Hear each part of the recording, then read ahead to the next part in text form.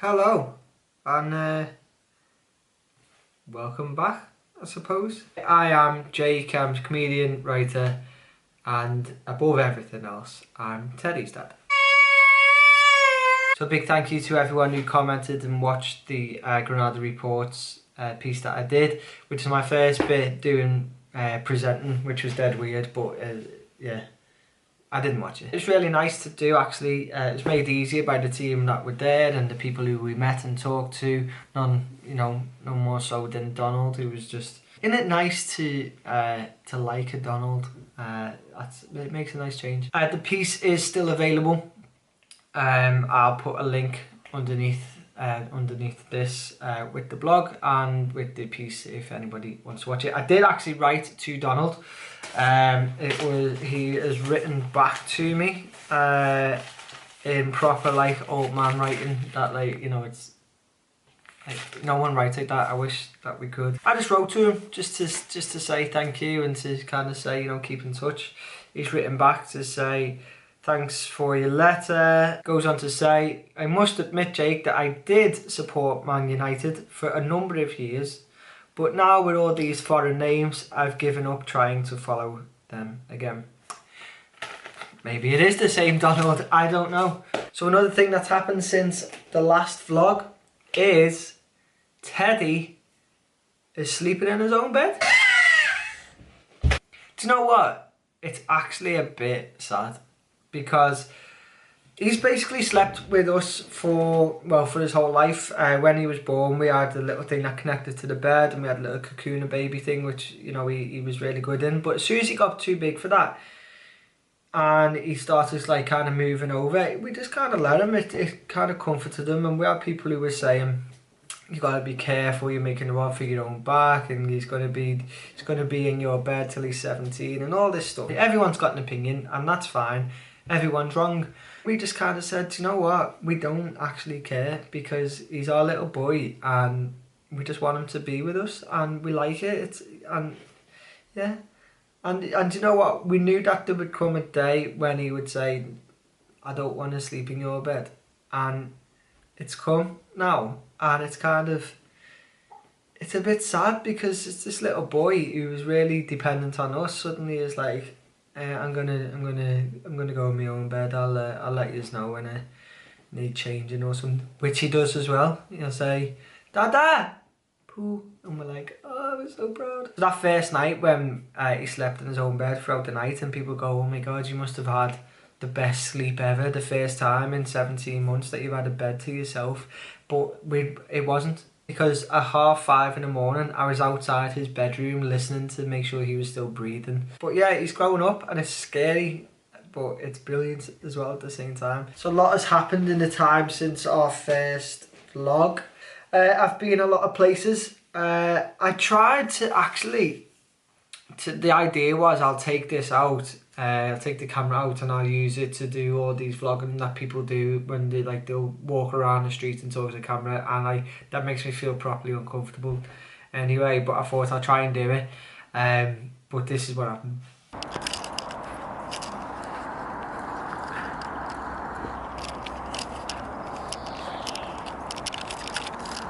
Use this fucking thing. So I didn't do it, but I'm here to talk about it. So I've been to Chester University, Warrington branch, but it's still okay. Where we worked with Warrington Wolves. They were putting on a mental health day, and I spoke to them there, which was really good, really encouraging to see yet another rugby team involved in mental health to talk about it, which is fantastic because as men, I don't really actually think that I can think of anyone more manly than a rugby player, maybe a soldier, and I think for them to come together and to say that it's okay to talk, it's okay to not be okay, it's okay to have emotions and deal with them, I think was really important, and I think should be more of that. So well done to Warrington Wolves. I also hosted the Liverpool's first Pint of Science event, which apparently is the biggest science festival in the world.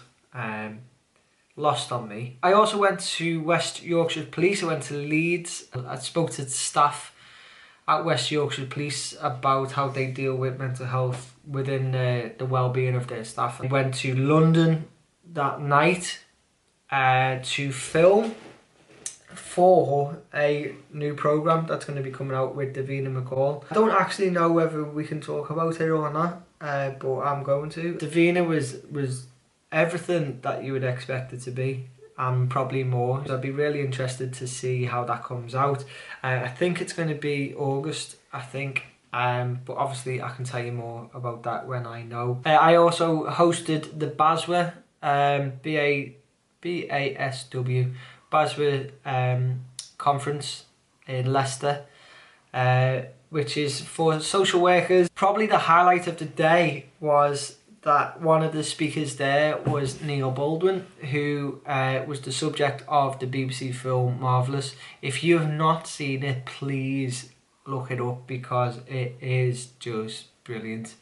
This is what I love. This is what I love about what I do, is I go around and I can meet these people and I can be inspired every day, and it's just the best thing. It really, really is, and I'm just massively grateful. I've also hosted the Making Space 35-year anniversary service user conference, which was, again, you're meeting people who are just, they don't allow barriers, whether it's mental, physical, to get in their way of being happy. And it was just a room full of service users and their carers who were just having a good time. It's good for the soul to just see how happy people can be despite kind of their own barriers or their own difficulties that they've got. And while I was there, I was joined by Beverly Callard, who plays Liz MacDonald in Corrie. So obviously that was boss. We're friends on Twitter, so that is Clang. I just picked that name up, sorry about that. There's also been a bit of talk this week about my hair. I'm only growing it because my mum doesn't like it, and that is what is going to keep me going. It's true, I can do this, but maybe that's what I'm going to do. I don't know, I'm just going to go with it. You know, jeez, chill out guys. What is? I'm just going to keep it going. One day I'll get cut. People keep saying, what about your wedding? Oh, not that. Yeah, it's my sister's wedding before it's mine, so I'll ruin it for them. And I'll get cut for mine, so what? So obviously there was a pretty big event that happened since this last vlog, and if I'm being totally honest with you, the reason why this vlog's taking so long is because I found it really difficult to see the need or the importance or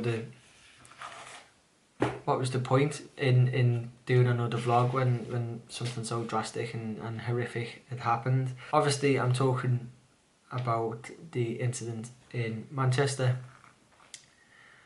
and it was just pretty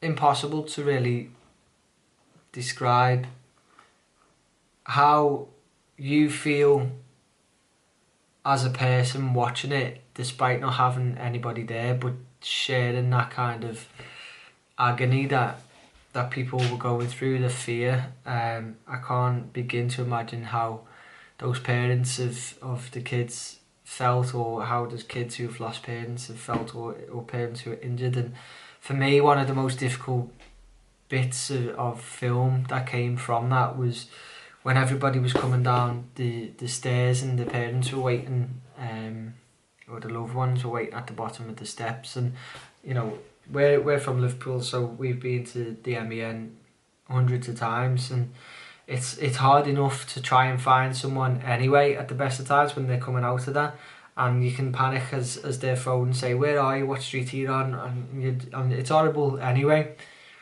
So to know that something was wrong and to see those people running down, the kids screaming, the mums and dads kind of not knowing where they are, not knowing if they were okay, it was just pretty And I think you'll have people who'll talk about this and they'll say, you know, you can't let them win, you've got to get on with your lives and you've got to still enjoy yourselves. And I absolutely believe and agree with that. But just for a bit, just for that weekend or for a couple of weeks, I didn't want to do anything. I didn't want to go out. I did cancel my plans. I did stop doing what I was going to do. And I wasn't letting them win. But that was me saying, do you know what? I just want to be nowhere else but with my family. And I want to just be in our house, in our garden. Just me and Rachel and Teddy. And I just want to appreciate what we've got. And that's not letting them win. Every time you turn on the news, or you turn on the radio, or you pick up a newspaper, or you look on the internet, there's always something bad. It's always bad news. Whether that's someone being killed, whether that's an explosion, whether that's a bombing, whether there's kids being killed in different parts of the world, whether it's cuts to vital funding for services that people rely on, whether it's food banks, whether it's anything. It always seems like it's such a bad place. And you can't blame anyone for feeling as if the world is doomed, as if there's negativity, as if there's no hope for anyone. And you really can't blame people for that. And especially so when you see something as horrific as that bombing in Manchester, when those poor innocent lives of children who were there having probably the best night of their lives. And when you see stuff like that, it makes you think, what is this world that we live in? What have we brought Teddy into? I'd say to anyone who's struggling to see any good in the world, to see any positivity, to see any hope, I'd say instead of looking at these reports in the paper, at the gruesome details, instead of looking at the pictures of the murderer, instead of looking at the crime scenes, look at the people who are willing to help.